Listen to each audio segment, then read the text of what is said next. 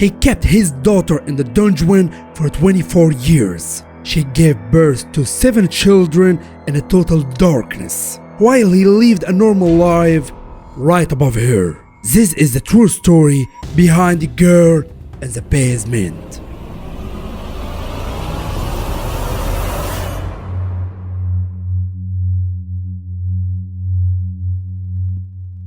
As you listen to this, try to imagine living 8,760 days without sunlight, without a name, without identity.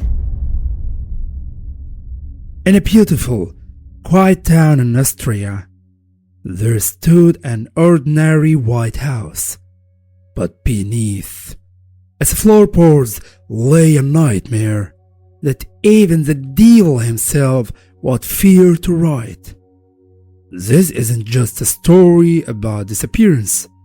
It's a terrifying study of the darkness the human soul can reach when it possesses absolute power.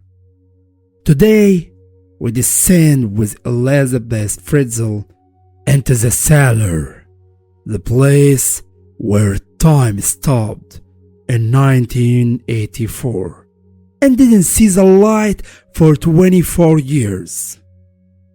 Assalamu alaikum. With you, Rami Samak. I'm gonna present the story for today. Let's start and say Bismillah. Elisabeth was just an ordinary 18-year-old girl. In 1984, she vanished. Her father, Joseph Fritzl, told the police she had run away to join a cult. Everyone believed him. The neighbors, the police, even her own mother. But the truth was far worse. Joseph had built a secret dungeon beneath his house. It wasn't just a room. It was a fortress. Steel doors, electrical locks, and alarm systems. Elisabeth wasn't missing. She was buried alive beneath her own home. If she tried to scream, if she tried to escape, her own father threatened to kill the children. She was forced to peer in that darkness. Imagine giving birth to your child on a cold concrete floor, with your Terminator by your side. Elisabeth gave birth to 7 children in that cellar. 3 of them were raised in total darkness, never seeing the sun, never knowing what a tree was. And the cruelty went further. Joseph took 3 other children and placed them on his own doorstep, telling his wife, "I found those bonded babies. We must raise them." Imagine the madness. Joseph sitting at the dinner table, laughing with his grandchildren, while their mother was being tortured just a few meters beneath his foot. The nightmare ended in 2008.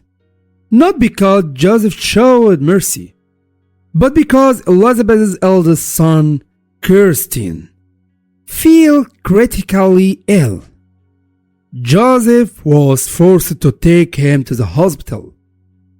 There, the doctors noticed something wrong and alerted the police. When the authorities raided the house and found the hidden door, they saw Elisabeth and her children for the first time.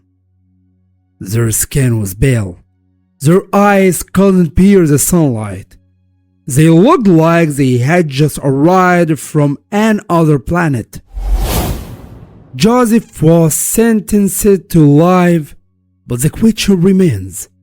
How could a father do this to his own daughter? And more importantly, Do you really know who living in your house?